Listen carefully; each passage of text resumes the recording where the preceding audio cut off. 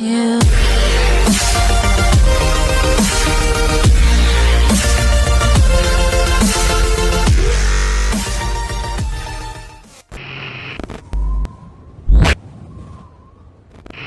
Some viewers may find this disturbing. Viewer discretion is advised.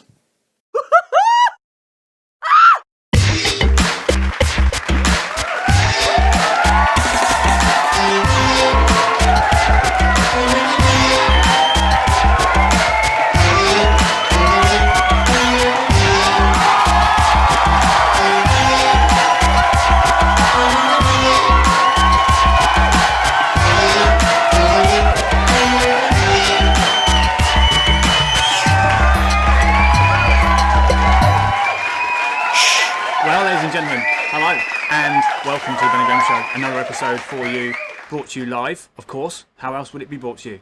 It'd have to be live, wouldn't it? Now, you may wonder, guys, firstly, I want to apologise for the late time of the air, because we are currently in process of our good man Grem. He's currently on the way back with his, what is it now? His ice cream van. So for that reason, he will be with us periodically. Well, majority of the time that we're live, of course. But of course, in the meantime, we are just going to have to wait for him with great anticipation. You can see, I'm sure, that we have Grem. He is kind of to the side, but he's kind of he's kind of frozen. Okay, because right. So basically, what's happened here? Just so I'll run you through this. He phoned me by video call, and he was using his mobile, and so sadly, what's happened is his internet connection is clearly not very good, and so it's frozen. And I actually lost communication with him. But there you go. So he will be back in, I am sure. I'm sure we'll work that out when he's ready. But yeah, welcome everybody, and thank you for joining us. We've got Lee. Thank you for joining us. We've also got Andrew as well in the stream. Thank you, Andrew. Thank you, Lee. Yeah, it is warm, guys, isn't it? 29 degrees is something else. For those of you that don't know, I've been working recently. I've been on night shifts, and I have to say, with the up and down movement, within the lanes where I work, it's been quite a heavy going on the legs, because of the heat and the constant busyness, so it's been really quite tiresome. And the weather, it's like a constant sweat, guys. You know what I mean? So I mean, you don't even have to be doing anything at the moment to feel the heat that we're feeling and the stresses of the heat that we're feeling. So.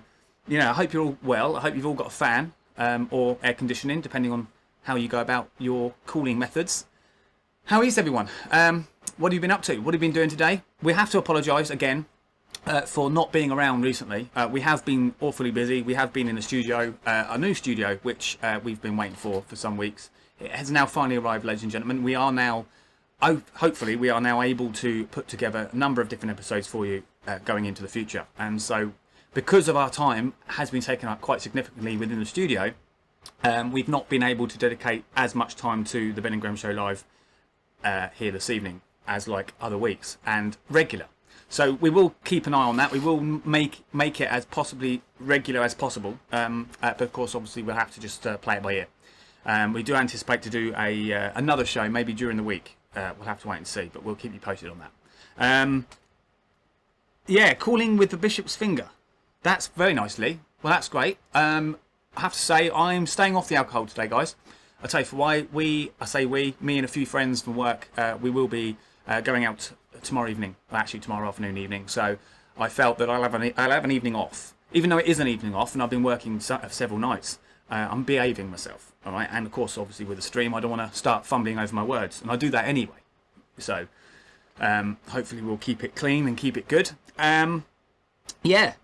Yeah, good. Andrew, yes. Andrew, as you know, we've been talking recently. Andrew is another great viewer of the stream and watches our episodes of the Ben&Grem Show regularly. And he lives in Sheffield, ladies and gentlemen. He, of course, has been invited to the studio. So when we have the opportunity to bring him down, of course, when COVID-19 releases its restrictions on us further, he will be with us. And we can hopefully get him in the studio and we can have a live set, whereas we'll have him there in the flesh. And I think that would be fantastic, guys. So look forward to that. So thank you, Andrew. We will keep you posted on that as and when the information and time comes available. So right, what am I talking about? there's other things to talk about other than me waffling, because of course that's not why you're here. You want to hear what's going on in the world. Of course, that's the nature of the Ben and Grem show. So I will start with a topic, and it's a topic that is fresh off the pan. Fresh off the pan, ladies and gentlemen. This is a topic about Dover.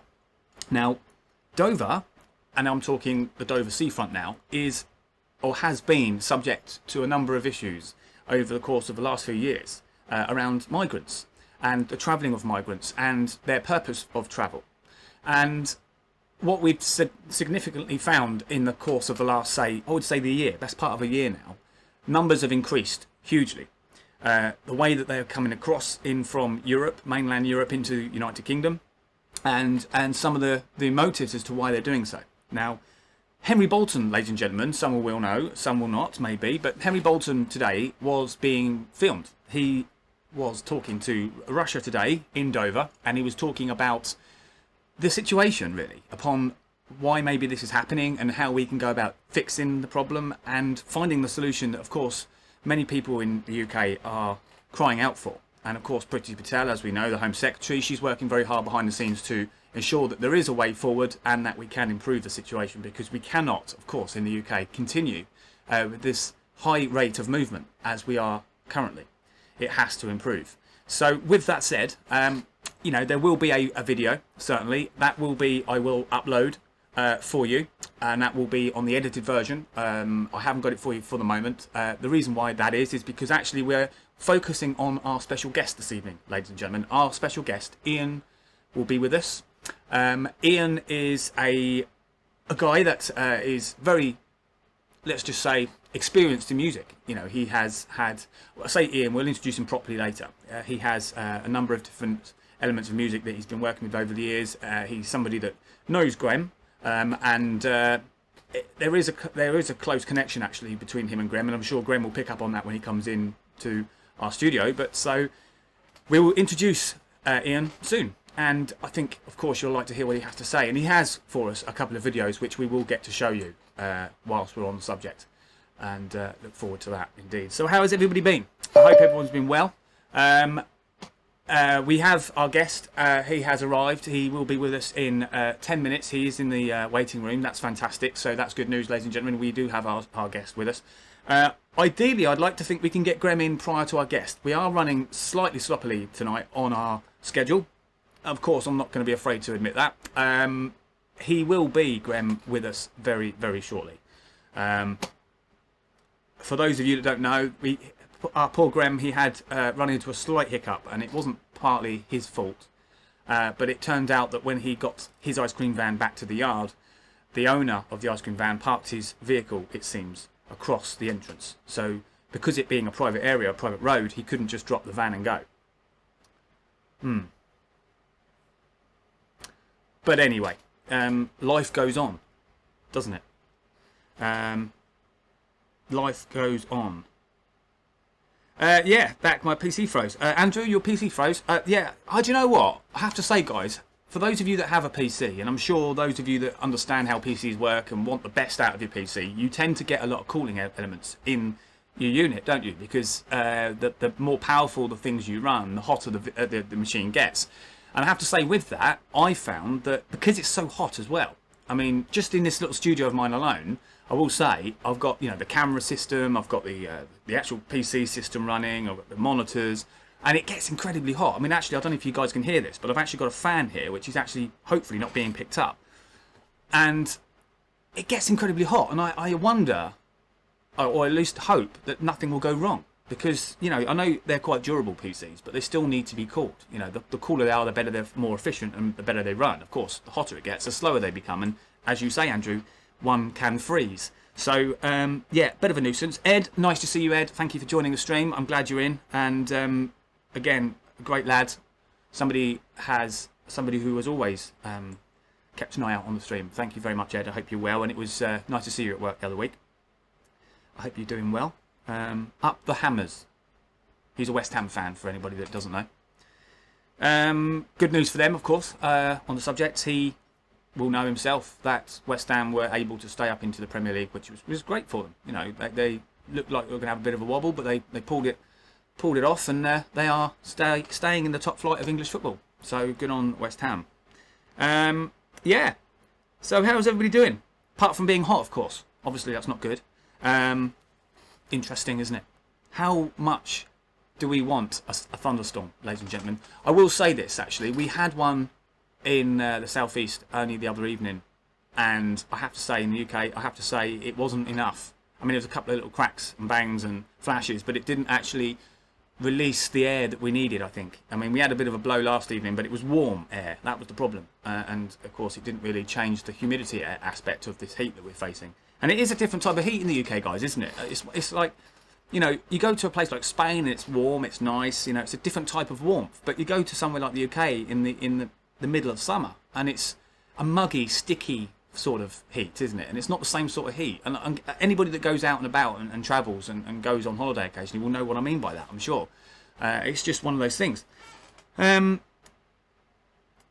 Yeah, so Andrew, how you doing? I hope your PC is working better now. I hope that things are lifting up positively for you. It's not a good thing, of course, when the stream freezes or PC freezes. And that's another thing to add as well. When you're doing streaming, and not just streaming, but when you're using your PC to do some form of a demanding task, it can actually put a huge amount of strain on the PC and the CPU, which is the little brain of the PC that puts all the information around the system. So, you know, so you have to have, yes, a very powerful rig, as they call it. But with that said, you need the cooling to go with it. And when it's sort of as hot as it is at the moment, that's going to put added pressure on your system. So, you know, yeah, you're going to have a few little technical issues, a few issues which, of course, will be not necessarily avoidable. But that's just the way it is. So, yeah, how is everybody? I hope you're all well. We will go through some more topics. We are, as you know, still waiting for TheBen&Grem to come into the stream. I'm going to remove Grem now, just for the moment, because, of course, obviously, it just makes things a little bit tidy for you guys to watch. But, of course, he will be with us soon. I will hopefully have him in within the next 5 minutes, ladies and gentlemen. I really do hope so, indeed. He's a busy man. You know, he's got, you know, a good couple of jobs. He works hard, and that's it, isn't it? He needs that time to prepare as well, which is understandable. So we will see him shortly. Yeah. So what's been happening in your news in the southeast? There's a lot going on. Obviously, Brexit. I'll just mention that, of course, is, you know, we're knowing that by next year, beginning of January time, we will be coming out of the European Union officially, and that's of the regulatory alignment, which is a very important thing for business. Not just that, but, you know, we've got. I just kicked over some water. Not just that, but we've got, you know, the situation around trade that's got to be rectified, and not just trade, but how we go about business, and that again is trade. But also how we navigate our security elements of our borders. And, of course, that, again, will be a pivotal subject. And, of course, I mentioned about Henry Bolton earlier this evening. Of course, Henry is somebody who's very advocate on, you know, talking about border security and strategy. And, of course, talking with Russia Today, I think he gave a very good interview. And I think that's important for everybody to notice, because there is possibilities for the UK government to improve the situation going forward. And in order for them to do that, most certainly they will need to listen to the likes of people like Henry Bolton to actually go forward and take their advice. I mean, it doesn't matter who puts the stuff forward. It doesn't matter who has the rubber stamp on these things, these decisions, as long as it gets done.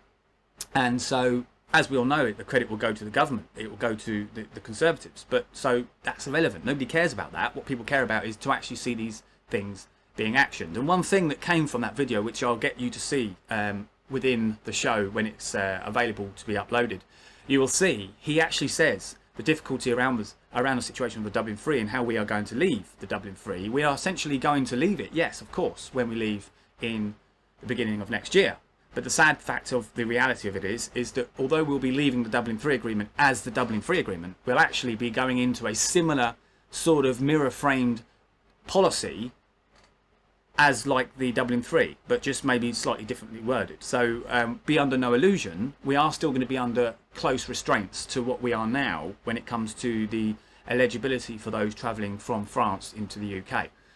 It's not going to improve significantly until, of course, we get a clear understanding as to what our new border strategy is going to be. And he made that clear point. You'll see in the video. He makes a clear point about the fact that, you know, we've got so many different agencies, not just the Border Force Agency, but we've also got, you know, the RNLI, which are the lifeboat agency. You know, we've got the French authorities. There's so many different authorities that are working on this situation. And of course, and it's been noted, and Henry is very right in saying that we need an overarching organisation to actually take control.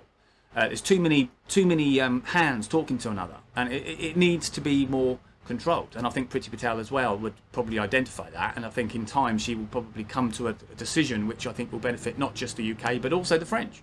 And it's about getting some understanding and equality in the subject of the policy, which is good not just for the UK but also for France.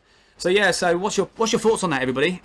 It's a subject that's an ongoing one, been going on for years. It will never go away, but hopefully, of course, it will. But we can only hope and wait and see. Numbers of migrants are seeking to cross the English Channel, with French authorities claiming they're preventing 5 times as many reaching British shores as last year.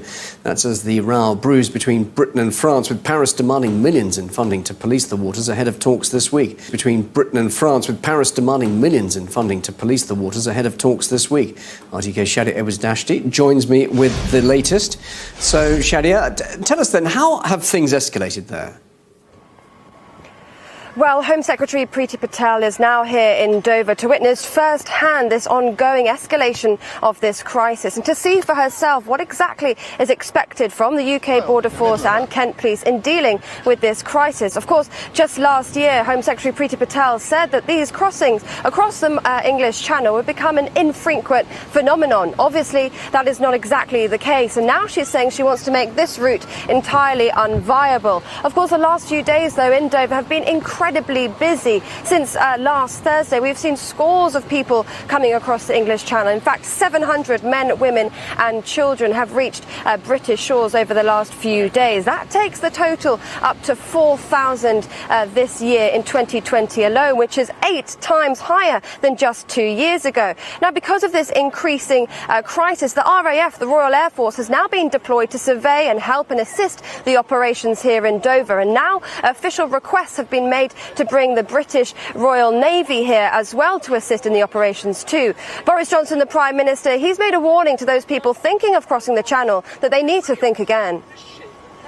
We've got a problem, which is that there are people who want to come from around the world to this country because obviously it's a great place to be, and there's no doubt that it would be helpful if we could work with our French friends to stop them getting over the Channel. And be no doubt, what's going on is the activity of cruel and criminal gangs who are risking the lives of these people, taking them across the Channel, a pretty dangerous stretch of water in potentially unseaworthy vessels. We want to stop that, working with the French, make sure that they understand that this isn't a good idea. This is a very, very bad and stupid and dangerous and criminal thing to do.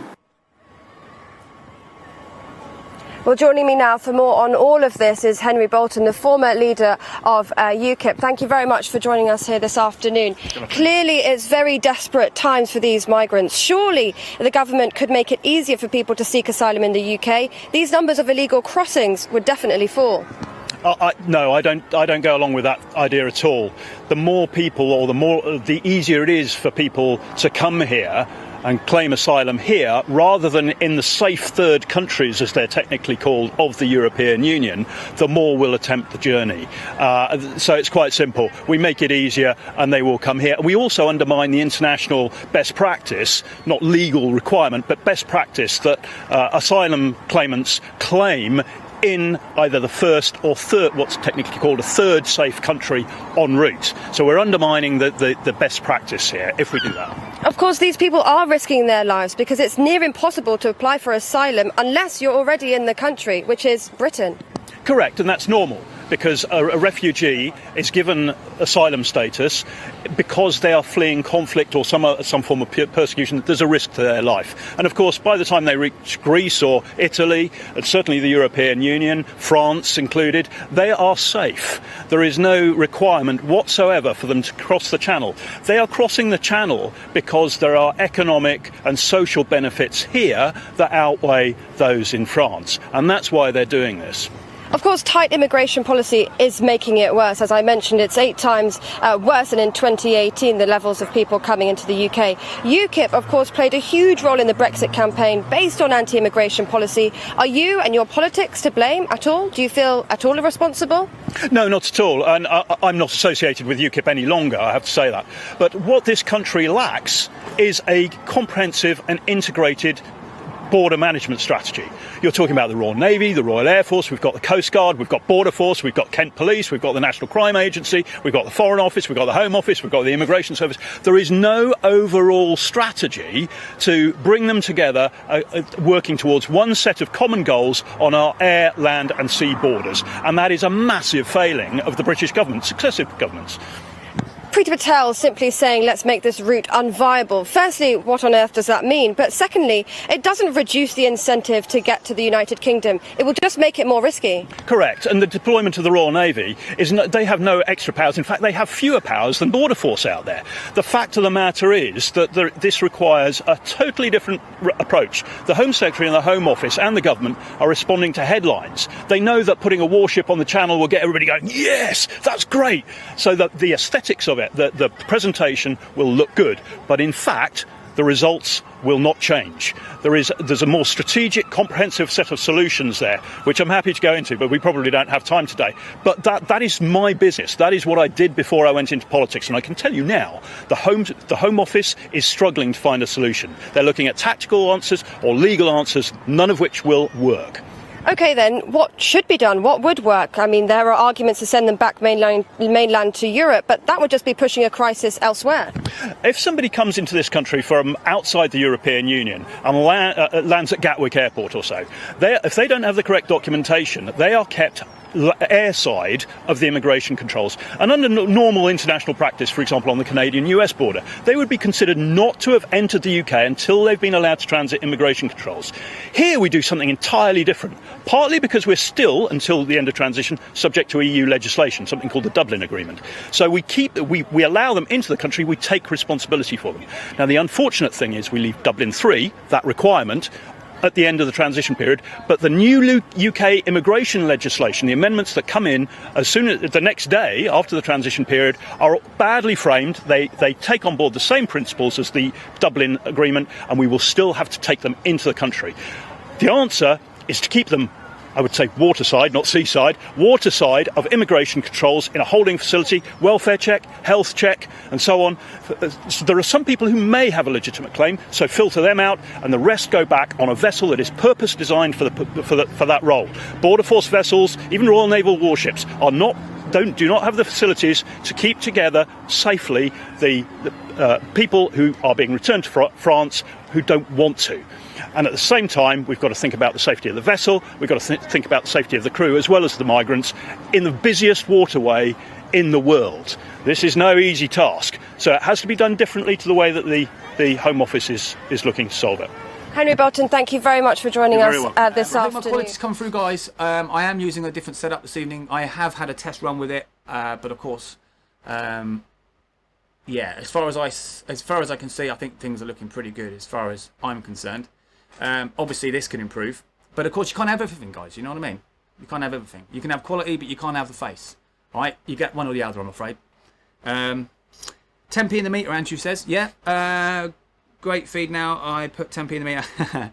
Well, yeah. Well, good. I'm glad. Well, actually, guys, for those of you that know a little bit about how systems work and how streaming works, I've actually increased the bit rate of the stream. So actually, it's about 4 megabytes per second. So it's not overly demanding, but it's maybe slightly demanding over what it was. I think it was only a few hundred megabytes, but now we're talking a little bit better. So with that said, we are now hopefully, or at least you, the viewer, actually is hopefully being able to see a 1080p recording as opposed to a 520p, I think it was previously. So that's going to improve things for you tenfold.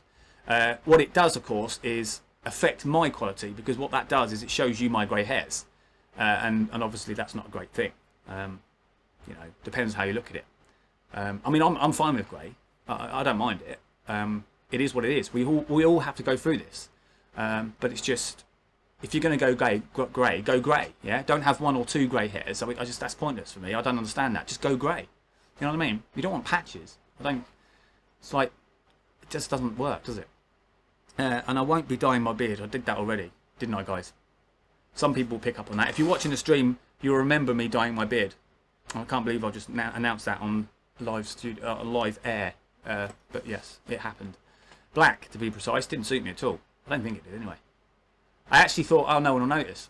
I mean, I don't mind ginger hair. I mean, this is, you know, I'm fine with it. But I just thought I'll have a change. I'll see how it comes out. And it was jet black. I mean, you know, it just didn't work. So what do we got? Yeah. Lee, how you doing then? I hope you're well. Ed, I hope you're good. Are you working, mate? Are you? Or are you relaxing? I hope you're doing good.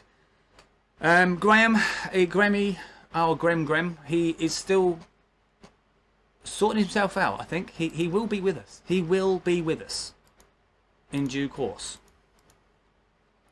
Any minute now. I can't believe this, guys. I've poured my water over the place. Everywhere. Absolutely everywhere. Just threw it everywhere. Unbelievable. I can't believe it. I'm going to have to go and get some more. And with that, just bear with me, guys. I'm just going to go and grab some water.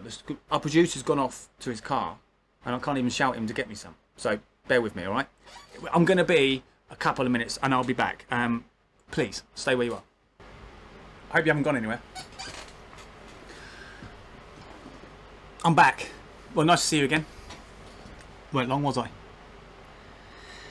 How is everyone tonight? How is everybody? Indeed. Hey, Graham Lane.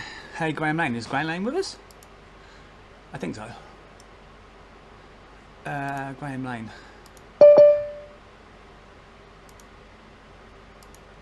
Yeah.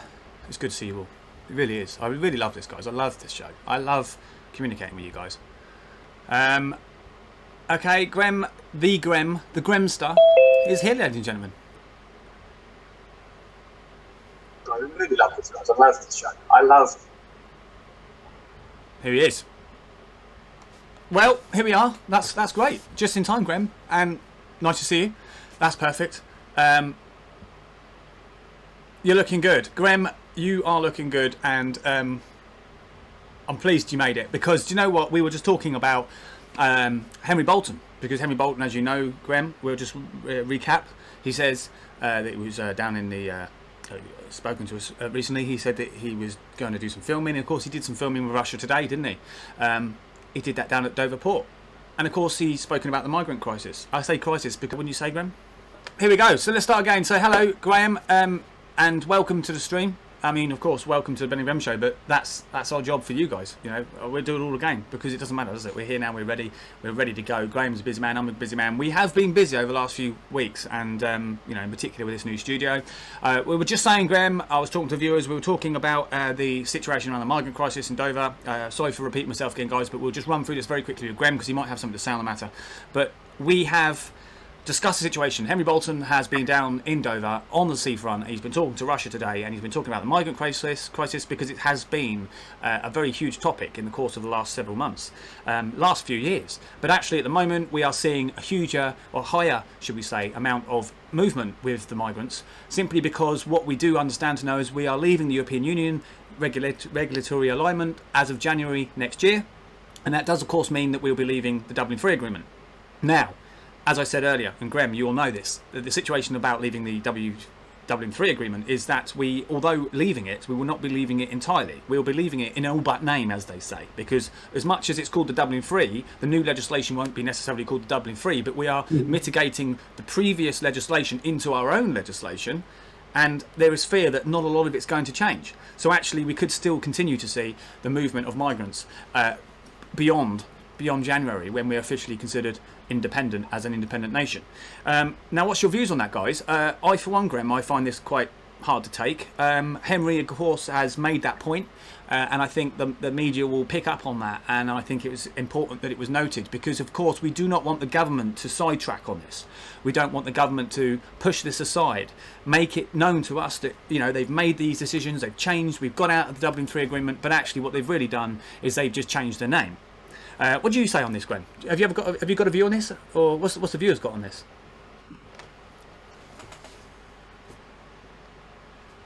No, well, my view on it is that people's lives are at risk. Treacherous water, and it's quite concerning, really.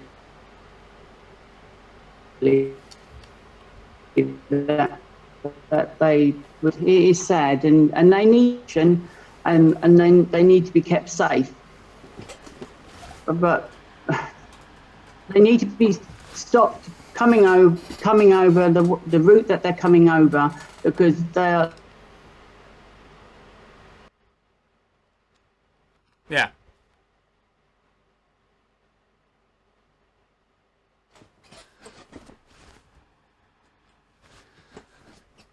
Yeah, well, there you go. There you have it. Grem has gone. He has left the building, ladies and gentlemen. He has temporarily left the building, and now he's back. He's back, guys. He's back. It's not a problem. There is no problem here. And Grem, you were saying...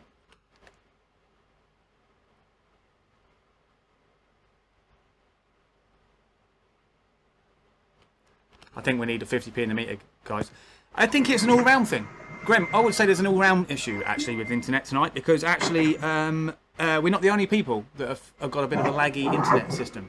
It seems, of course, Andrew has suffered with some problems with the stream. I don't know if it's a stream, Grem, or whether it's just the internet, or I don't know. Who knows? But it could be just a general multiple thing, you know, a multitude of things. So, Grem, you were saying it's the way they're coming across, right? I can't hear you, Ben, again. Right. Yeah, sorry, I think it's probably an My internet microphone issue. is on. His microphone's on. Well, yeah, I think the viewers can hear you.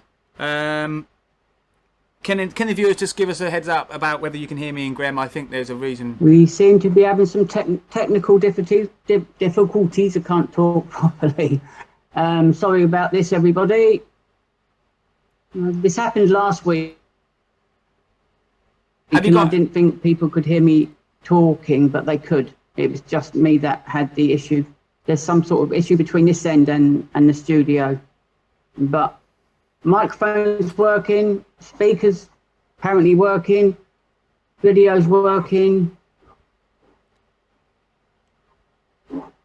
Yeah, well, there you go. So, Graham, I don't know what you can pick up from my end, but I can say, and I can confirm, and Andrew can say... Can you hear me, Ben? That...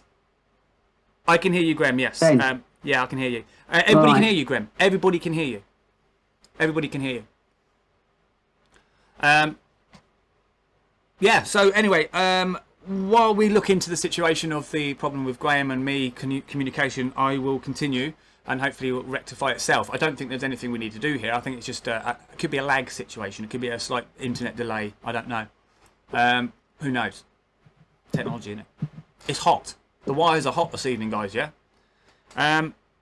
Graham, have you got Facebook open in addition to Zoom?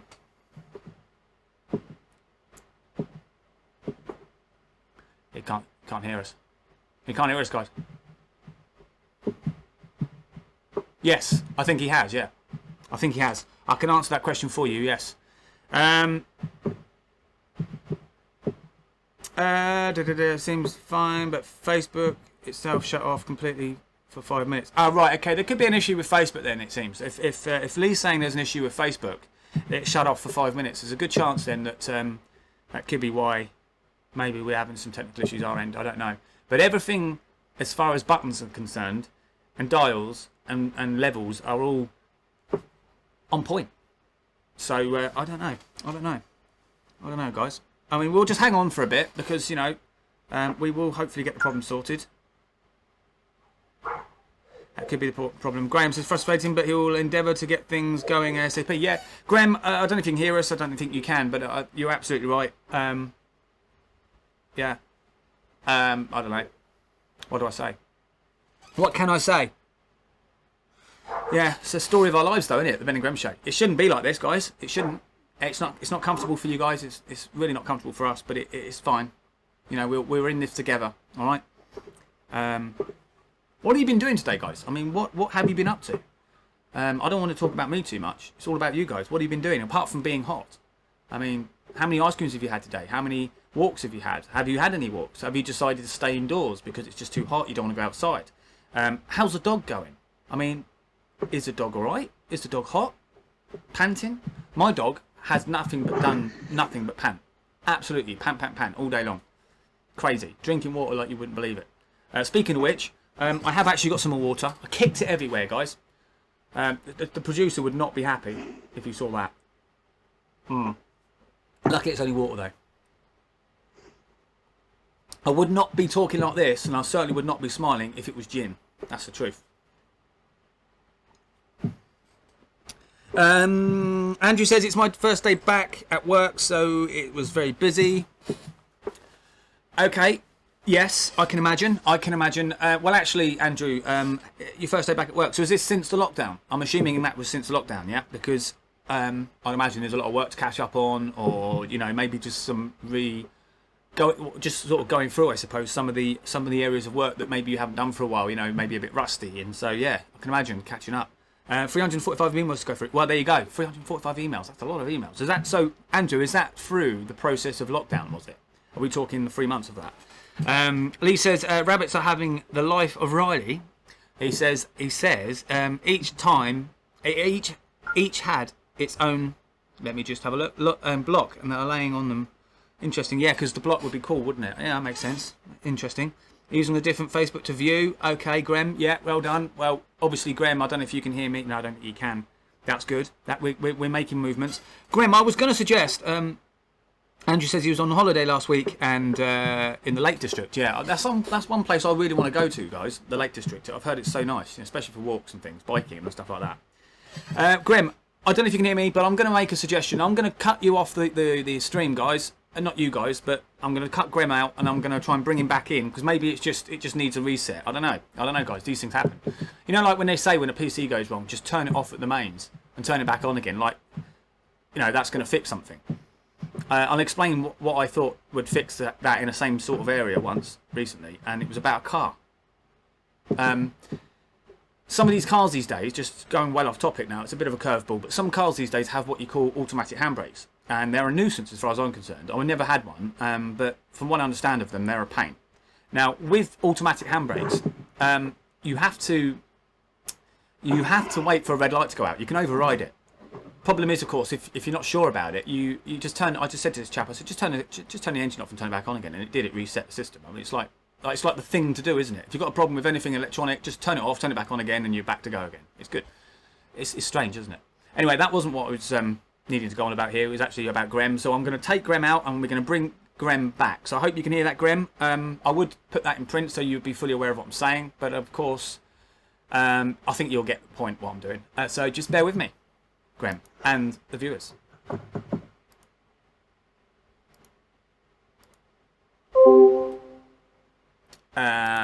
Let's just have a look at this. Right, so I'm bringing Grem back in, guys, because hopefully that will sort out his situation. We'll have to wait and see. So here we are. Lee says, I've had to say one of my best memories was actually the Peak District. He says the journey down Snake Pass where we stopped, had a round of golf, and whoever won picked the hotel. That's a good idea. I like that. That's a good idea.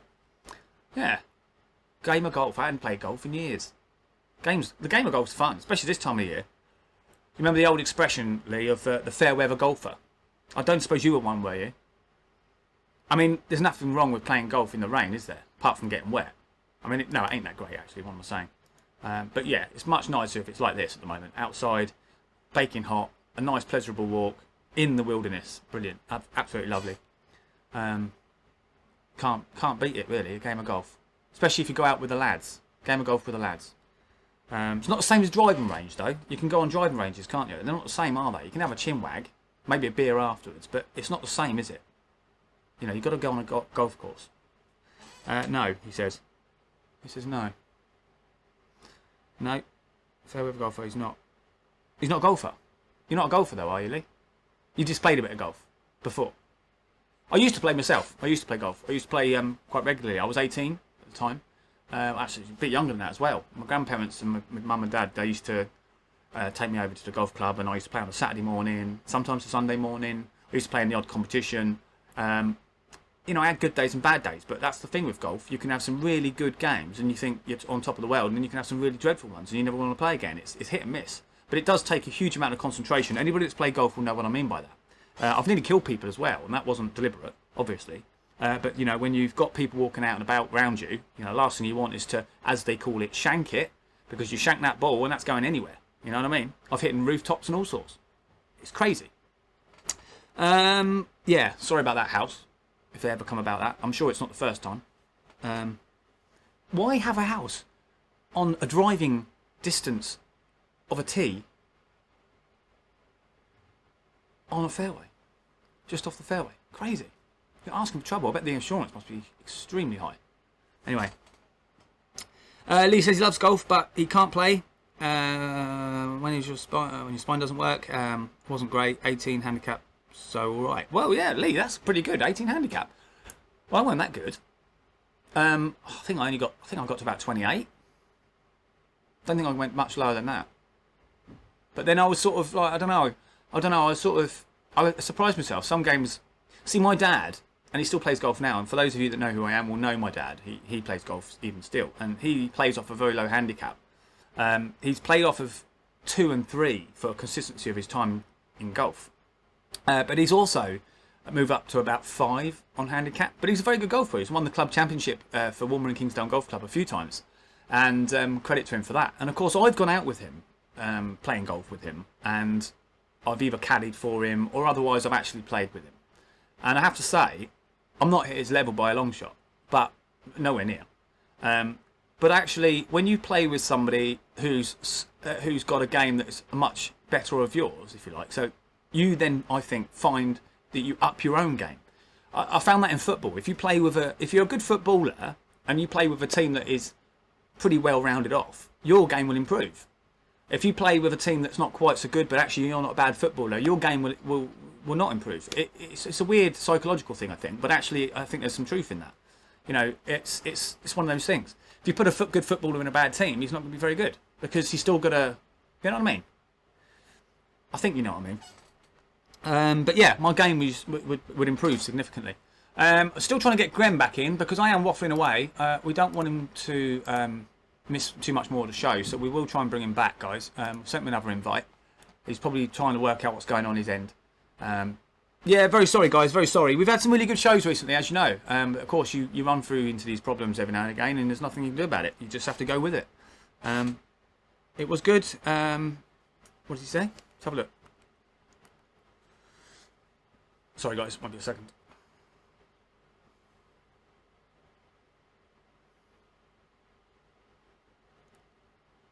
I have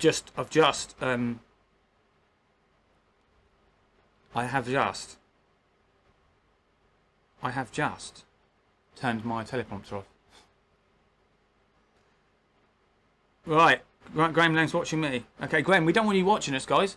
Mate, we don't want you watching us, we want you with us. Is there any way you can come back in, guys? Graham, I've just sent you what have I sent you? I've sent you an invite. I don't know if you got it. I'm assuming if you're watching, Graham, you should be able to receive invite. Possibly. Not sure. Yeah. So he says, Lee says, so I was, it was so wet I didn't even know I got a hole in one. Eventually he got to the flag and noticed the ball in the hole. Picked it up and started jumping up and down when I realised it was mine. Good on ya. Yeah. Can you imagine that though? You play a shot towards the green. The ball's gone in the hole. You didn't know it's gone in the hole. You were looking for the ball in the rough, maybe just beside the green. We had a feeling it went somewhere near the green. And then you've dropped a ball because you've lost it. You declare it lost. And next thing you know, you find your ball later on when you sink that putt. Your ball was in the hole all the time. How awful would that be? Because you've already dropped a shot then. You know what I mean? So that was good, Lee, that you managed to find it in the hole. It could have been a lot worse for you. Especially if you're in a competition, that would have been awful. That could have been your competition over. So, yeah. Graham says hopefully. So we have got Graham with us, as you know, but we've got him in the chat. So hello, Graham, again. Nice to see you. Even if you're not here visually, but you will be shortly, I'm sure. We know that. Of course, once you are back, Graham, and of course we get him good and ready to go, we will bring in our guest. And I want to apologise to our guest for the late incoming two on to the set. We, as you can see, if you're watching, we've had a few technical issues with the stream. Mixture of things. Can't blame everybody. A man should never blame his tools, or woman. So it's not the tools. It's probably us. Yeah, probably. So yeah, what have you been up to then? So golf, great. Yeah, good time of the year for golf. Swimming. People are doing a bit of swimming at the moment, aren't they? People are going away as well. I met a couple yesterday who were going to Bulgaria, and I thought to myself, usually that's really good for skiing. You know, it's one of these sort of places you can go and ski, like the Alps in Switzerland. And I said to him, I said, oh, what's the temperature like out there? He says, lovely. He said, you go for a dip in Bulgaria, and it's like getting in the bath. And I thought, that's quite significant. It's quite good. So I felt a little bit jealous, you know. But when was the last time you jumped in the sea? I have to say, in the east, southeast UK, it's cold, obviously. Mediterranean, but it's not quite the Mediterranean we'd hope for. It's not quite Spain or, you know, Morocco or, yeah. But you know what I mean. You get the drift. Some people are so brave. You know, Boxing Day dips. We've talked about this on the show before. People do a Boxing Day dip in the middle of winter. I mean, good on them for doing it. It's all for a good cause, but I just don't think I could even think about doing that. Do you need to let Graham Lane in, Ben Glazer? Yes, probably. Well, I have sent him an invite, but he's not in the room yet, Andrew. So I don't know whether actually he's getting the invites through. The system is actually saying he's there, but he's not physically there for me to pull him in, sadly. But I'm sure that will sort out soon enough. I am waiting for him, as we are all waiting for him. Swimming pools have only just been given permission to open. Of course they have, that's right. That's why I mentioned it, Lee. You're absolutely right. Perfect timing. Yes, absolutely it was. Yes, they have. And, you know, there is a concern again with the whole thing of coronavirus. It's not a situation that we can sort of ignore. Things are starting to open up. You know, we know pubs have opened up now, which is good for some, not for everybody. Some people will not just go there, obviously. Yeah, and not just that, but we've had, we've had situations around travel. You know, I mean, take going to France. You know, they had a 2-week lockdown, didn't they? Or a 2-week, not lockdown, but 2-week isolation period. So if you go to France, you're expected to isolate for 2 weeks from your journey to France. And I thought, well, actually, are we going to see something similar to the UK? You know, and of course there has been talks, hasn't there, of potential another lockdown, which I think most people will consider not likely to happen simply because of the economy. You know, can the economy take it again? Another lockdown? I don't think it can. But then the government, certainly, I would say, probably don't want to go down that route because it is a risk to our economy. And of course, we are looking to build relations again across the world, really, since we leave the European Union next year. So we need to look strong, not weak. So I think there is a lot of politics involved with it as well. We'll have to wait and see. But what's your view? Do you think we should go into another lockdown? Obviously, it has been noted, hasn't it, that the R rate has lowered. I mean, so we are doing something right, despite those that are letting us down. Of course, you'll always get that. It doesn't matter where you are, who you are, or what it is. You'll always get those that will let you down, unfortunately. Andrew, sorry to not pick up on this earlier, but Andrew, you said he has said that he's missed the gym so much. Yeah. How unfit have we all become? I mean, if you don't mind me saying, I mean, you know, given the lockdown, most people have been, I suppose, sitting about. We've been locked down. Now, if you're lucky enough to have a big garden, you can do a few laps. But, you know, a lot of people haven't had the opportunity. And maybe walking's been okay for some, but not everybody does it or hasn't done it. And so, with that said, you know, we're all kind of going back to a said normal to a degree, and we're all unfit. It's been really tough. I can say, since going back to work, I found it really tough. And I know speaking to others, they've said the same. You know, I don't think I was completely lazy at the time of lockdown. I think I kept motivated to a degree, but maybe I could have done a little bit more. But I can say I have felt the impact after about 3 months of lockdown. 3 months is a long time, don't forget. So with that said, you know, it will take an effect on you, definitely. I actually put on weight, and I was quite proud about that.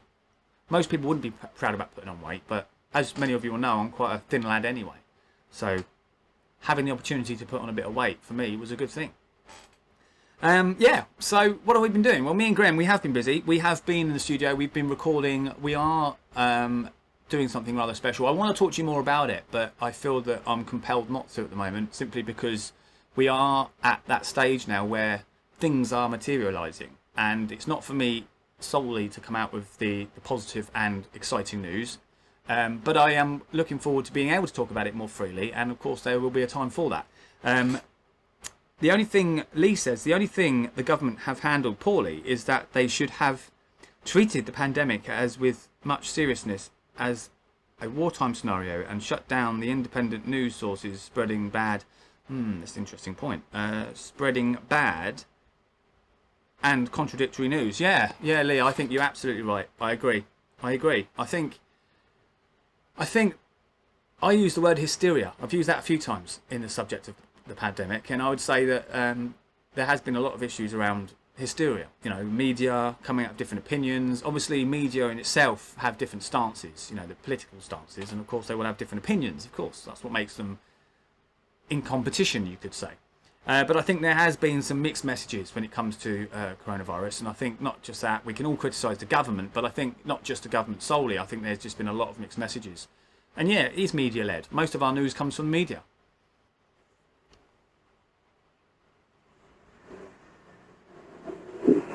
Ian, can we start with you explaining to the viewers and myself and Ben your background, please? Yeah, sure. I was going to read out. So yeah, Sorry, guys. I was going to read out myself at the time. I'll keep it short and concise. Yeah, sure. Yeah. So my name is Ian Peter. I'm originally from the little island of Malta. Wow. And yes, I've been here for a long time now. I initially studied music in Malta and then specialised here first in Cardiff at the Royal Welsh College of Music and Drama, and then in London at the Guildhall School of Music and Drama. And I specialise in what we call historical performance or historically informed performance. So for those of you who don't know what that is, it's performing music, well, historic music, mainly before 1900, but sometimes even slightly after 1900, because instruments were different, of course, back then. And as technology improved, some instruments got, well, kind of stuck behind, if you want to see it that way, or kind of stayed in a time capsule, if you want to see it a different way. And so I try and get to that time capsule, and I myself play a historic keyboard known as the harpsichord, which came before the modern piano. There are a number of other keyboards from the same family. So yeah, I myself am a historical keyboard player, but I also run an orchestra of period instruments called Le Bougie Baroque candles. And yeah, we've been operating for a number of years, and we all perform on historic instruments and bring mainly music from the 1700s and early 1800s to life on original instruments. Good stuff. Wow, it's Malta. What a beautiful place, Malta. What's the average temperature there? You're going there. Oh yeah.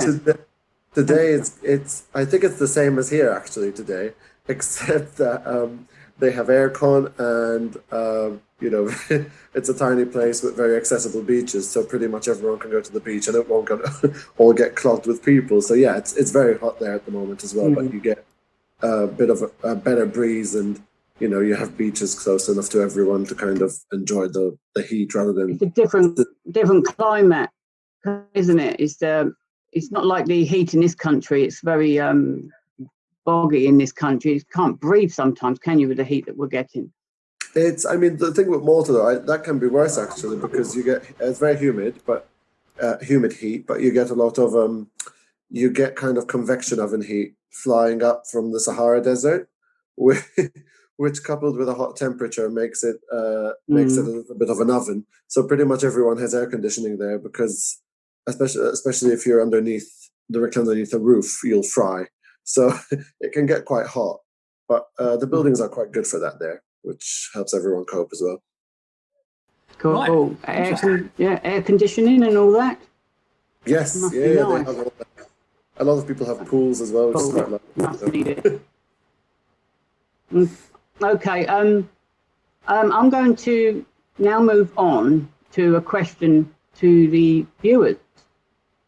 I'm going to read out a little bit of bump that I've put together. So, and it's very little. It's not like that what I was going to read out originally, which would have taken some time. Anyway, composers have developed musical styles throughout history. Different periods and styles of music can be recognized by key musical features and how composers have used them in their work.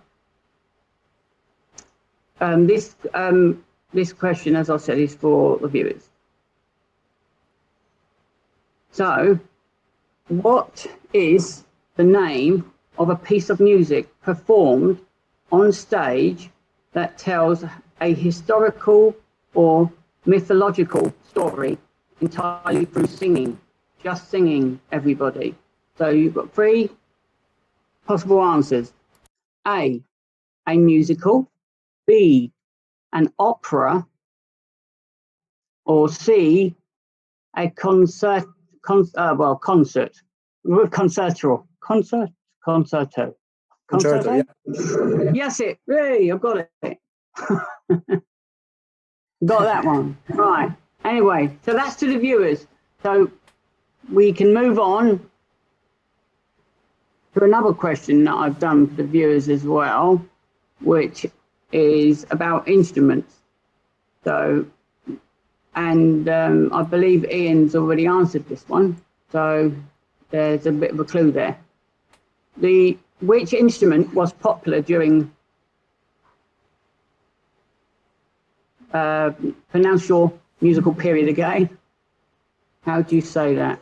The Baroque period? Yeah, Baroque. Yeah, it's a very strange spelling for me to actually put that together with the, with the sound of it. So, anyway. And, right. When you've answered those questions, Graham, I was going to just jump in and say we'll go to some of the viewers as well, because we're getting a lot of viewers coming in and asking questions as well to Ian. So we'll stick with the script, obviously, and that makes sense. And so, did you have another question for Ian? Yes, basically, no, not for Ian, for the people, for our viewers. Which instrument was popular during that period? That's a good question, actually. So that's the second one. So Ian knows this question, right? I think. Yeah, I hope so. He's already mentioned the answer in his dialogue at the beginning. Yeah. So, which was I'm glad he does, because unusual. I don't. Okay. So, right. That's a bit. Key points. I'm all over the place. No, you're not. The heat today, honestly, the heat today is been awful. I've been sat in a 4-wheeled vehicle, like it's been like a microwave. Well, not sat in, I mean, stood up most of the day. With my Maltese man fan. So thanks to my Maltese man fan, I've been kind of keeping myself cool as well. Maltese man fan, I love that. They're hilarious, aren't they? It's a really simple thing, but so effective. Yeah, I love it. That's brilliant. Do you know what? Actually, talking of fans, Graham and Ian, I found that you can actually buy these fans that actually attach to like a headset, and then they blow towards your face. You can, I don't know, it powers up by USB or something. I don't know, have you seen those? Oh. Yeah. Looks a bit bizarre, mind you, walking around with these headphones and fans coming towards your face. But no, I like that. That's really good. We need something, don't we? Yeah. It's so hot. We do need something. We do definitely need something like that. Right, okay. A little bit of background information here. Before I go into your first question, Ian. Right. The Baroque, is that right? The Baroque? Yeah. The Baroque. Americans say Baroque. Is a distinguished reality that is enhanced in motion or motions. Its sole purpose is to engage individuals by telling a story of many emotions, enhancing every detail in the composition deployed, thus achieves the desired results in the production from the audience's reactions. The excitement, the splendor in the work of the performing arts, and a specific style to buildings, literature, dance, and musical accomplishments. The key points here are portraying an ideal in a direct, obvious, and dramatic way, gains intended, that goes further in appealing above the senses above the senses and the emotions that would normally be presented. It basically giving that enhancement, it's making it more. So, with the above mentioned, and it's within your thoughts, if I've made any sense there. Right. Yes, so what would you say is the preferred course? Sorry, say that again. Yeah, sorry. What would you say is the preferred course to take if you knew of someone that was intending and was interested in engaging, choosing the career path that you are going down? For example, like with regards to instruments, what they would need a basic understanding, etc. So there's that one. So yeah, I mean, it's so first of all, I would whoever's thinking about it, always do what you love. I say, don't feel pressured into doing something just because someone tells you to do it. So I mean, I did it because I've always loved it, and it was quite funny because I started studying classical music more generically at first, of course.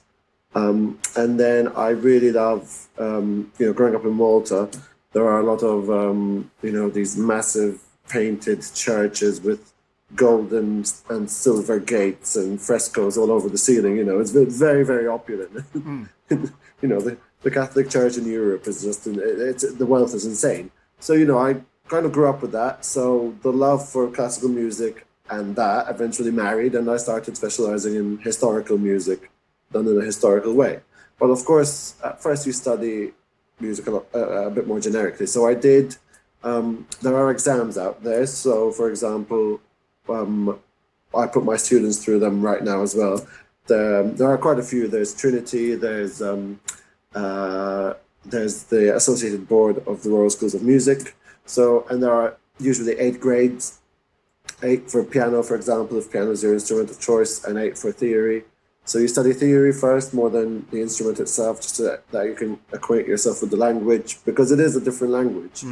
And you have to know how to read it if you're doing classical music, because there are other things that require you to have, with popular music, usually a better ear is better than benefits you in pop music more than an eye, and more than reading music does. So, but if it's classical music, you definitely need an eye more, to train that first at least, and then the ear comes later. Because you're put on the spot, you're reading music. I mean, I've been in scenarios where, they put a piece of music in front of you and you have to play it there and then, which is called, your sight reading. So to do that, you need to understand what the language is like. So yeah, theory first, then you're developing your instrumental skills alongside that. So you're reading music, you're developing your technique, because of course, there are a lot of things I can't do because, if you break your arm, your technique goes. You'll be able to write again, but you probably won't be able to play again. So it's, technique is developing. And then eventually you come to a point where you are independent of your teacher, and you're getting other opinions, as I did. So my piano teacher, who sadly died recently, she was 89, so she lived a grand old age. But she wasn't the kind of teacher who, kept us students to herself. She always sent us pretty much everywhere. So I got to go to Russia, I got to go to Syria, I got to go all over the place. because she thought as many opinions as possible were the best thing to have as a musician, well, and in general, actually, so that you could kind of develop your own style and way of doing things, but learned a lot in the process from different people. So, so that's what I would say, start by learning the language, develop your technical skills, and try and be outward looking as much as possible and get different opinions as much as you can, because it will really develop you as an artist. Nice. Wow. Love it. That's good, isn't it? Oh, Man well Ben, travelled. Wow. Ben, this is... Yeah, mate, this is the part for the audience participation. Did you want to take it away? For the viewers, well, yeah, absolutely. Thank you very much. And then thanks, Graham. Ben. What a fantastic number of... Graham. What a fantastic number of questions for you, Ian, wasn't it? And really well-composed answers as well. Thank you. And, yeah, viewers, well, we have Lisa. Lisa Terry's joined the stream, Graham and Ian. So, hello, Lisa. Nice to see you. Always a pleasure. And also, Andrew has said, he has asked a question. He says, do the hokey cokey. Do the hokey cokey. Hokey cokey. Lee's come out, but he's come back in, just to let you know. Also, Andrew said, there's a question. He has said, for Andrew, for Ian, he says, how did you find Syria when you performed there? Oh my gosh, that was, I mean, I think I was 15 or 16 when I did that, and Wow. it was insane because it was one of the it was one of the very first. I was just starting traveling with my music, and I think it was amazing because it was a big challenge from the off. It was a a big cultural change. It was a big distance. You had to you were meeting people from all over in a very historic place. It was very special actually, because I learned a lot and I got out of my comfort zone at a very early stage. And it was such a beautiful, I was in Damascus, and it's such a beautiful city. People were amazing. It was so liberal. They had an opera house. They had a music school, what we call a conservatoire. So it was absolutely stunning. I had such a great time, and it really opens your eyes really quickly, especially at that age. And a couple of years ago, when the war started, basically, I just thought it was really sad. It was very sad to see it all, bombed down, because that's definitely not how I remember it. I remember it was, very vibrant, very liberal, and teeming with culture and amazing food and really lovely people. So, yeah, I thought it was an incredible city, and I think it's a real shame that, not much of it still exists now, unfortunately. Yeah, sadly. Yeah, yes, the world. It is very sad. The way the world's gone, isn't it? Yeah, absolutely, Graham. I've seen documentaries myself personally. Just when you watch TV, you watch certain different cultures on television, and you get a picture, but it's not going to be the same as actually, like you say, going and getting that real feel. And Andrew has said as well on the subject. He has says, was Damascus nice? So that similarly, it's a sort of area, same area, isn't it? So yeah, Damascus is the capital of Syria, and it's very metropolitan. You have a kind of a ruin every 5 seconds. The markets are incredible. You get lost in the markets. You go from spice in one corner to rubies on the other. I mean, it really is, and I love all that. I collect quite a few different types of antiques. So for me, like something like that, it was insane, because I went from cumin to rubies or emeralds, and it was just something else, the luxury. That's got to be tough. Wow, yeah. Absolutely. Cool, isn't it, Ben? Yeah, you could say that. Yeah, it's talented. Amazing. We have a message from, as it's coming from Lee Turner. He wants to know how many instruments you can play. So, okay, this is an interesting question, because it brings me to the keyboard family. So I used to play, I play mainly keyboards, and I'll explain in a minute what that is, but what that constitutes. But I used to play the cello as well. Wow. But keyboard-wise, I've started with the piano. I love the sound of the cello. It is amazing, isn't Sorry it? to interrupt you. The sound of the cello is one of my favourite sounds. Very It class. is an incredible instrument. And yeah, so I used to play the cello for a bit, but I started with the piano mainly. And then as I specialized, I moved, because the piano was the most modern reincarnation, the most modern version of what we call the keyboard family. But the piano came from a number of keyboards. So mainly the harpsichord, which I mentioned earlier, which is one of the piano's precursors. But unlike the piano, so the piano, if you open a piano, you'll see hammers hitting the kind of harp inside it. So actually, the piano is classified as a percussion instrument now, but it wasn't because something's hitting something. But before, if you look at the harpsichord inside, there are strings, but they're being plucked. So you actually see the plucking action rather than the hammer action. So the harpsichord was the one of the first ones I started to play, but there are a lot of others. So at the same time and before harpsichord, there was, a clavichord, for example, which is a very, very small, quiet kind of harpsichord-ish instrument. And they're what we call virginals. So, for example, if you go to the Victoria and Albert Museum, you'll see the Virgin Queen's virginal, which I think is quite funny, which is all encrusted with diamonds and jewels. And so there's what we call a spinet as well, which was a bedside instrument. So if you fancied waking up at midnight and playing some music, you had a spinet by your bed.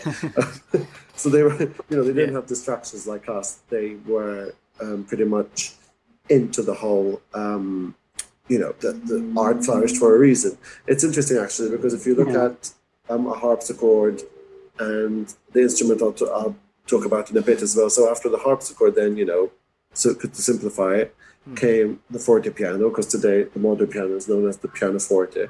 But the forte piano was kind of a middle ground between the modern piano and the harpsichord. But up to the forte piano, if you look at it, so kind of today, if you look at a piano, you'll see more white keys than black keys. Yeah. Of course, they're not made of ivory anymore, but back in the day, they were. So if you look at a harpsichord or a fortepiano, they're old instruments, you'll see the colors inverted. So you'll see more black keys than white keys. So what's white now today was black, and what's black nowadays was white. And that's because it saved money, of course, on ivory, because if if all today's white keys were ivory, that would cost a lot of money. So because there are fewer black keys, they used the colors were inverted. So and there's interesting. Andrew's just come in, hasn't he, Graham? Andrew's come in as well, and he's also said on the back of that question, he said, do you have any future plans to travel in the UK again, do a UK tour? Well, sadly, all of our plans have been put to rest, at least for this year, by this darn virus. It's a shame, and I think we had a couple of concerts booked. We were supposed to fly to Malta as well, again to do a concert there, all of us. The orchestra, my orchestra, I mean. We've had quite a few plans. Concerts are being postponed, so we've had concerts being postponed twice, first at the end of this year, and then to the beginning of next year. So it's we had plans. I still perform quite regularly in Bath and mainly the southwest these days, and we still do Malta, and we've done Germany and most of Western Europe. But sadly, all the plans that were coming to fruition have all been halted. I mean, that's once things restart, hopefully soon, those plans will kick back into action. Brilliant stuff. That's really, really cool, mate. It's cool, isn't it, Ben? Well, it's beyond cool. Before we move on to Ben's going to Ben's going to introduce a link soon, and we're going to have Ian to basically explain about the link prior to it being played. Okay, a clip. But before we do that, another message has come through, Ben, from Lee Turner. Righto. It says, you've worked with several well-known people. However, who had the largest influence on you? Oh, so that's a tough one, actually. I would say the lady I mentioned earlier, my piano teacher, because she really kind of, as I said earlier, she really inspired me to get out there. So I would say she had the biggest influence on me. But other than that, I've had some great experiences working with people. So as if you're studying in conservatoires, which are the music universities, you get a lot of kind of apprenticeship type things. So I've got to perform with the Academy of Ancient Music. I've been, because I studied conducting in Cardiff, I got to conduct and play the harpsichord for quite a few operas, and that was a springboard for other projects. So, if you're seen in something, you're doing something else that's similar afterwards, or you get to tour with it. So yeah, I'd say it's really hard to choose because everything has been so different. I mean, I got to perform for a couple of years ago. What was supposed to be the Duke of Edinburgh, actually, but he wasn't.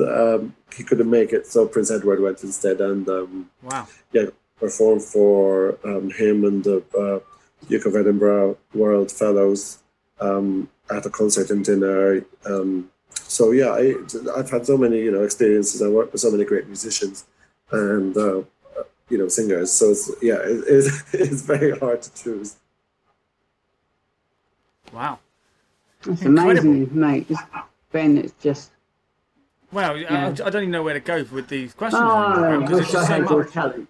Yeah, just so much information. I mean, you're somebody who's travelled the world, so you can say that's a huge thing for anybody. Cultures, different understandings, different people. Of course, you play instruments, and of course that is not easy in itself. And you're not just playing an instrument; you're playing several instruments. And of course, you conduct. Is that right? So I studied mainly baton conducting, but because I specialize in mainly historic music and historical performance. Yeah. Actually, there was no such thing as the baton conductor until, they used to beat with a stick, like literally on the floor. Yeah. And a famous composer called Jean-Baptiste Lully in France actually stabbed himself with the stick and ended up having his leg amputated. Well, he almost had his leg amputated. Wow. That was, and then conductors came around like 200 years later or so. So with the music I perform, I usually conduct while playing. So at that time, composers and conductors usually conducted either while playing the violin, so they conducted at the same time, or as I do while playing the harpsichord or the fortepiano or whatever the keyboard instrument is. So there was no such thing as just conducting. You conducted and played at the same time. So it's quite a challenge. You have to use your body and your face quite a lot. Wow. Well, that's an interesting story. I mean, again, conducting, that's a particular skill, isn't it? I mean, when you think you've got a lot to control, haven't you? You've got a lot of people in the room. And so, it's not something you can do without much training, sure. Right? I mean, you've got to be a certain person to be able to control that sort of pressure, right? It's a tricky situation, actually, because I think I learned over the years, you start trying to control it, but actually it comes to this happy medium at some point where you take control, but you're also kind of relinquish it in equal measure. So it's kind of, you have to learn how to take control, but also how to trust and give control to the musicians you're playing with or conducting, or doing both at the same time. So it's quite funny because you first start to try and really take control, but then you actually realize that it's all really like give and take, and you really, you have to find that right balance. Yeah, I bet. I think absolutely. Yeah, and it's like you've got to come in at certain times to certain areas of music, haven't you? Yeah, I mean, yeah, it's significant. It's amazing stuff. Well, Grem, you said, didn't you, about some footage? Yes. And we've been very fortunate enough to get some footage from you, Ian, and thank you very much for producing that for us, for the viewers mainly. And with that, Grem, did you want to do a slight introduction to them, or would you like me to go straight into the videos? Ian to do an induction. That would be the better option. Nice. So which one are we doing first, Graham? Is it the Russia one or the other one? The other one. The other one. Okay. The one that we have to move the link on a little bit. Oh yeah. So with that one, that's actually a music video. I produced and I got my orchestra together, to do, and it's in the concert hall, Milton Court Concert Hall at the Guildhall School, so at the Barbican in London.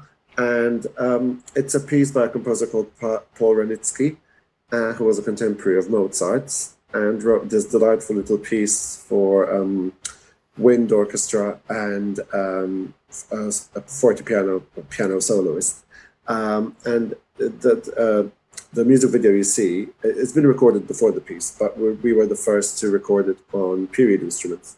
So if you look closely at the instruments, you'll get to see that the flutes are made out of wood, not out of metal, like you would not see a modern flute. Wow. You see the clarinets are, again, wooden and not, mostly with other materials. So you see a few funny things if you kind of seen an orchestra before. And the instrument I'm playing on is an 18th century, is a copy of an 18th century fortepiano. Wow. So it's a contemporary copy, but they've got these instruments and they make reproductions of them. So it's a reproduction, faithful reproduction. And you might even see me. So if you've seen a modern piano, for example, the pedals are at the bottom. You press them with your feet. Yeah. Mm-hmm. But these older instruments, the first pianos, you might see me push my knee up against the bottom of the keyboard, and that's because the pedals you play with your knees. So actually, you're pushing your knee up and down to play the pedals, which wow. So if you get to see any of that, you'll see the difference between the proms, for example. They do period instrument stuff at the proms as well. But if you're used to seeing things like last night at the proms, where the orchestra's huge and they're playing on modern instruments, you see something very intimate and different in this. It's very, very intimate, very, very elegant, very poised, and it's a delightful piece. It's called La Chasse, which means the hunt. Wow, amazing. Well, with that, Graham, I'm rather excited. I think we should get straight into it, don't you? Before we go ahead with selecting that, Ben, just to remind the viewers that they will hear it fully and totally, but Ian, it will be it's not so loud our end, is it, Ben, when it's played? Or have you sorted that issue now? I'm not sure I follow. I think we should be okay. I've had a look at the levels today, Graham. I think we should be okay. Okay, so it's been sorted now. As far as I'm aware. Yeah. Fine. So let's go ahead then. Let's do this then. Okay. 3, 2, 1. Enjoy, ladies and gentlemen.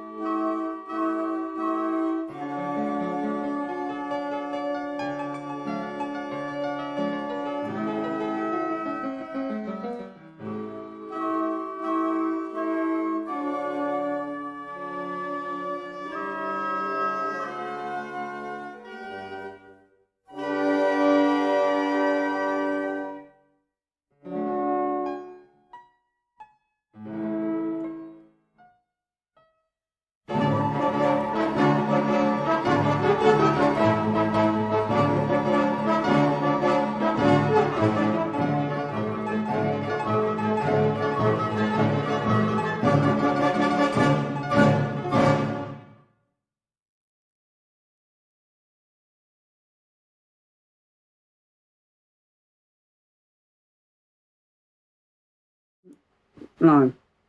Hello, everyone, and we're back. What a video. I mean, that's some talented stuff, Ian. I have to say. Isn't it, Graham? Yes, I thoroughly enjoyed it. I just loved the sound. Amazing. Yeah, it is. It's quite soothing. It's quite soothing. Sort of meditative. Wow, I just think it's amazing. Worries are just left away. I mean, for those of you To in the one band, side, aren't they, Ben? All your worries, don't you? Oh, yeah. I mean, for those people that are in the Ben band, needs is a glass of sorry, gin. we've got a bit of delay here. Sorry, we're talking over each other. Sorry, after you, Graham. You carry on. No, after you, because I think we had a bit of delay on the line there. No, but it's fine. I was just talking about the sound of the music. Yeah. How relaxing it was. And it's just sort of sends all your worries away. You can really meditate with it. And then I suggested that you could be sitting there drinking your glass of like gin. Have you got gin today, Ben? No, second glass of water. He's drinking water, everybody. Second glass of water. Ben. The first glass went all over the floor, guys, didn't it? Hang on. Is that vodka? No, we're definitely on the soft stuff today, ladies and gentlemen. However, as I said earlier, we will be heavily going for it tomorrow. But I say heavily controlled. Oh yes, just coming away from the structure that sort of hasn't even worked properly tonight because of internet issues. Well, I didn't expect it to go totally to plan anyway because we don't always do that, do we? It sort of just goes everywhere. But yes, I've been invited out. That's the Ben&Grem show, guys. Yes. Yes. And I'm going to meet some of Ben's workmates.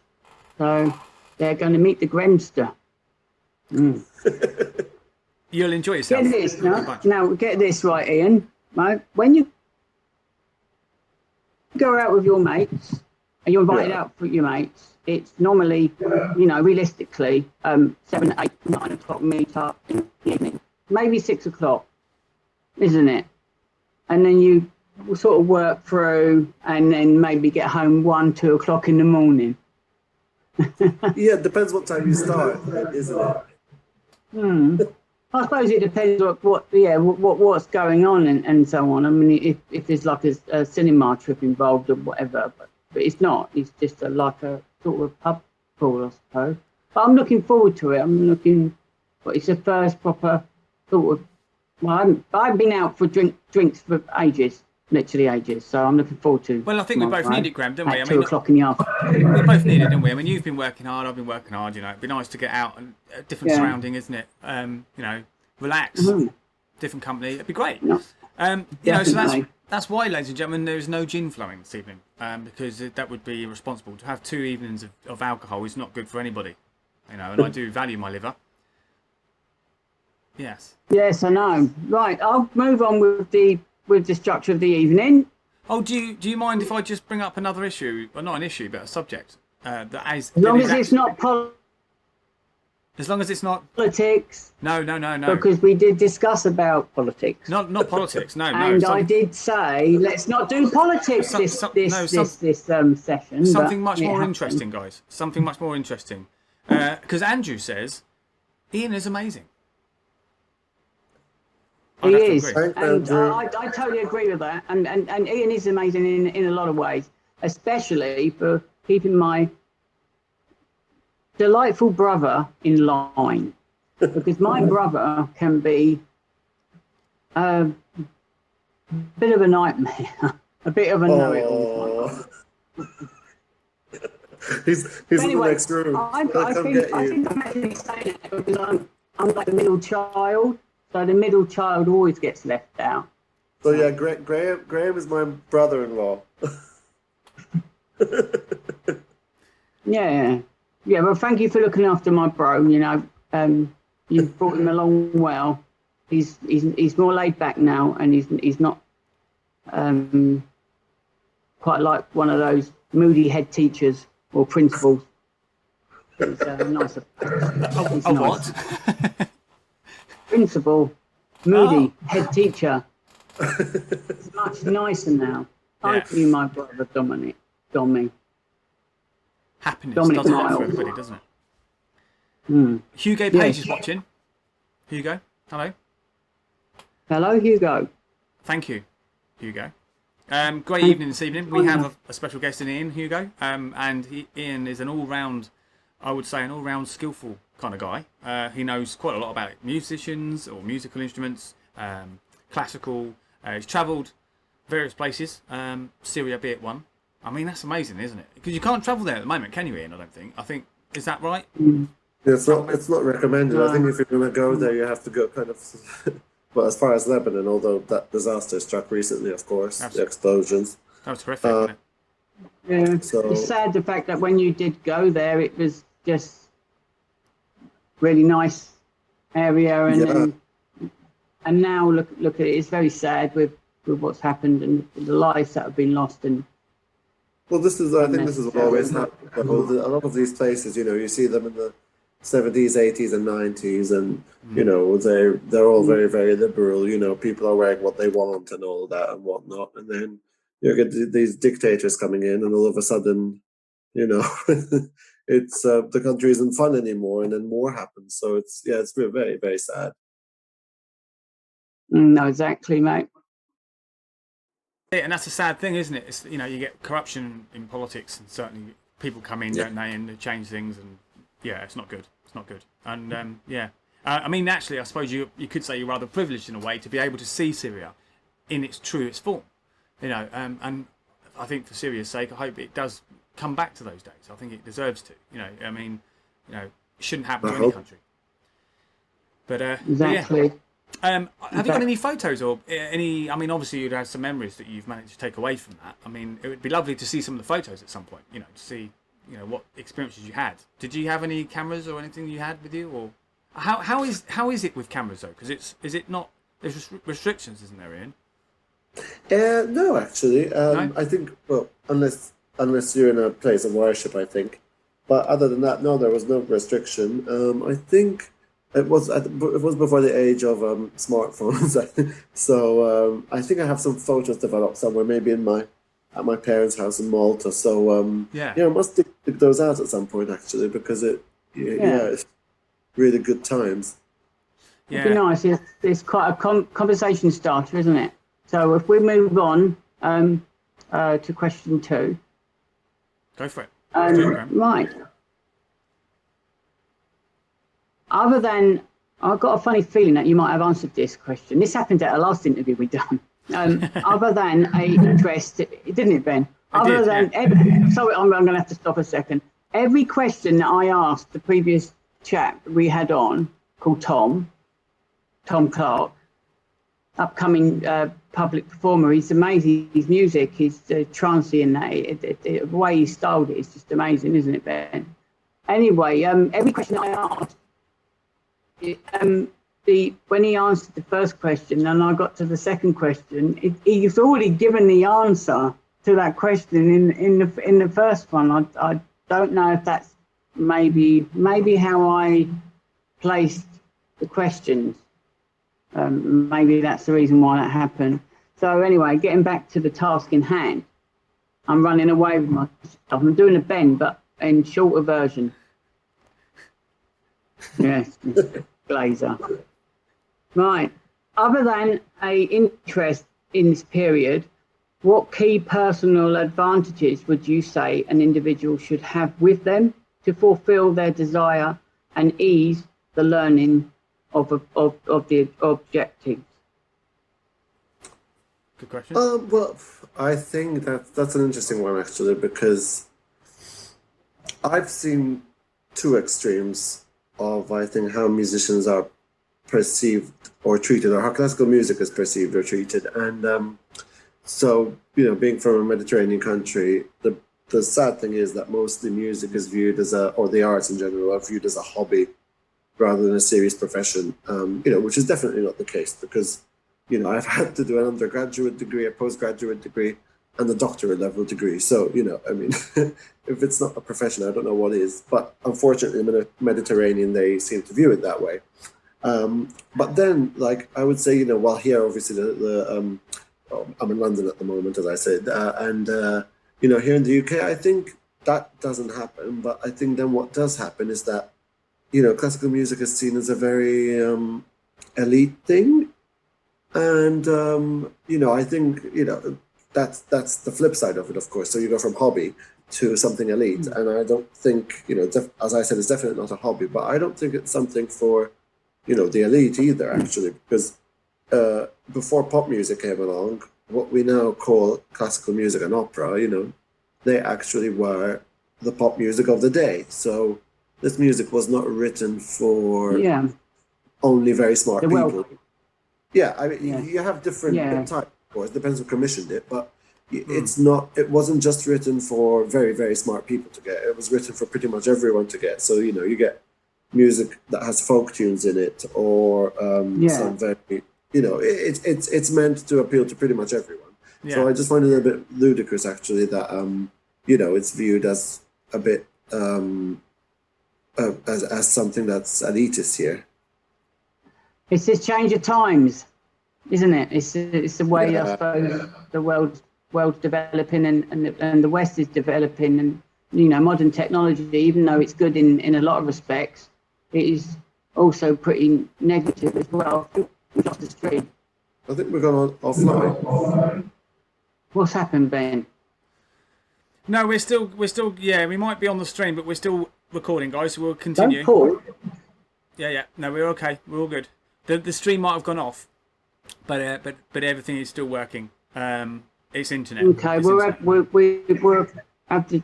I hope so. No. It will be fine. We must continue. Yeah. Anyway, yeah.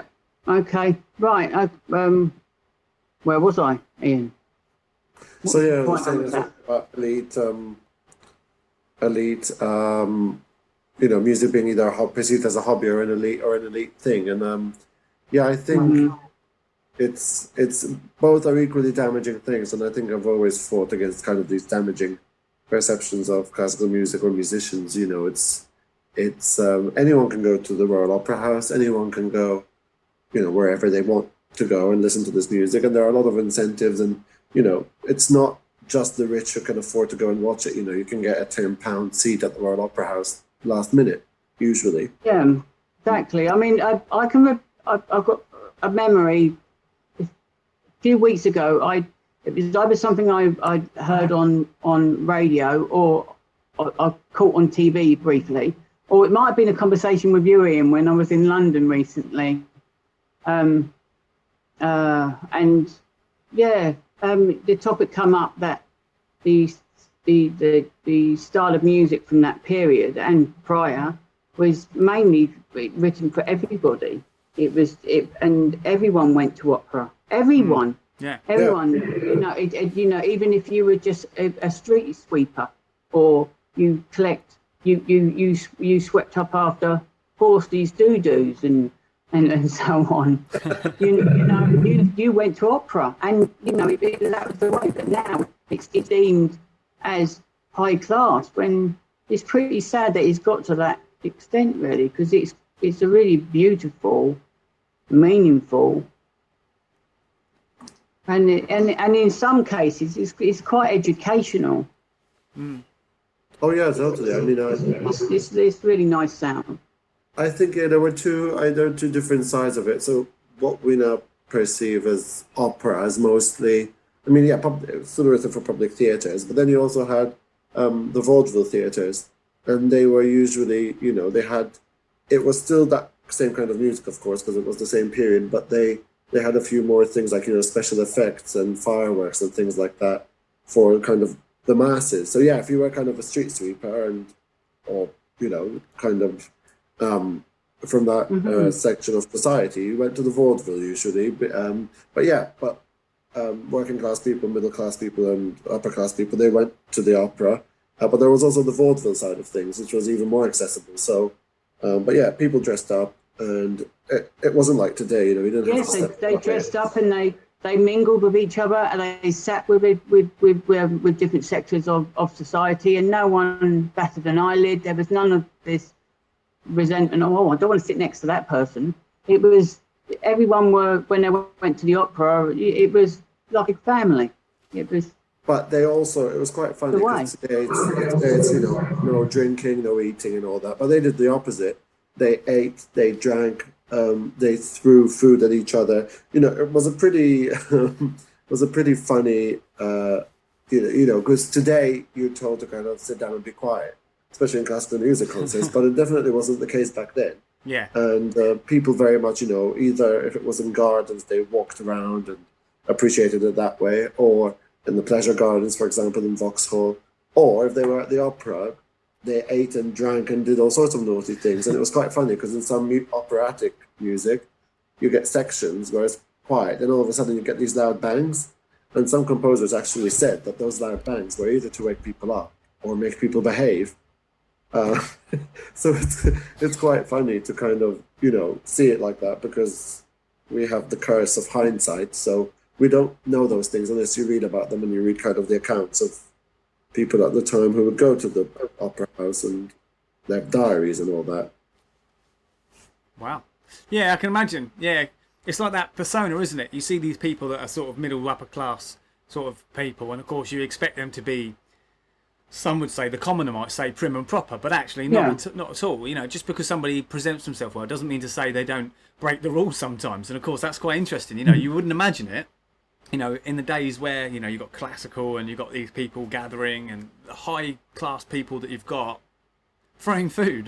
But no, it goes to show, doesn't it? We're all human and we all do these things. And yeah, very, very, very true. We still have Ian with us, and we've been keeping him nice and cozy, haven't we, Ian? He's nod. Yeah. He nod. So anyway, guys, Ben's all quiet because he's tired, bless him. He's got a bit of editing to do later. I have. Let's cut to the chase.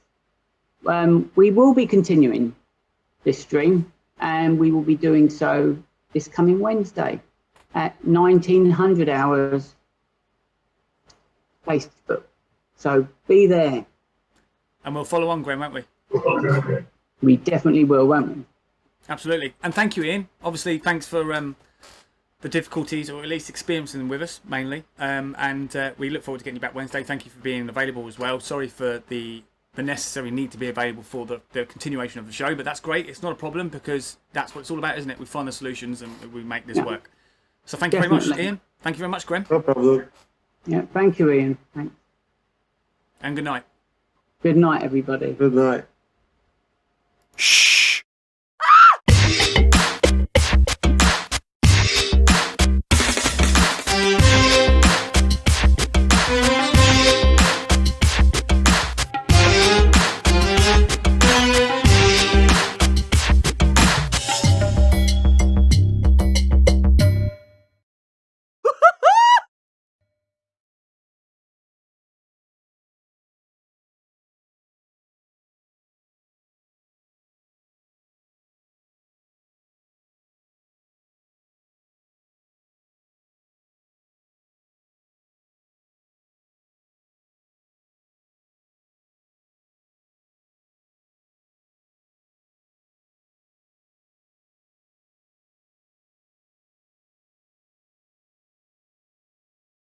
Yeah.